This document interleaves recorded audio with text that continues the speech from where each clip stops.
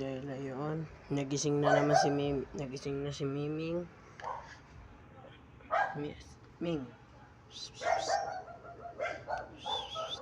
Ayan, tumitingin na po si Miming.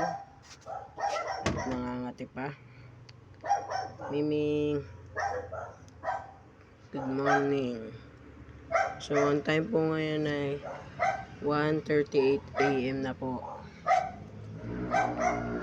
Ayan si Miming. Kakagising lang. Mamaya pa papasok na siya dyan. Baka po gutom na to o iinom. Yan po.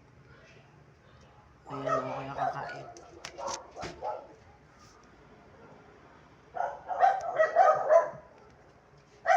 Ayan po. Ito naman.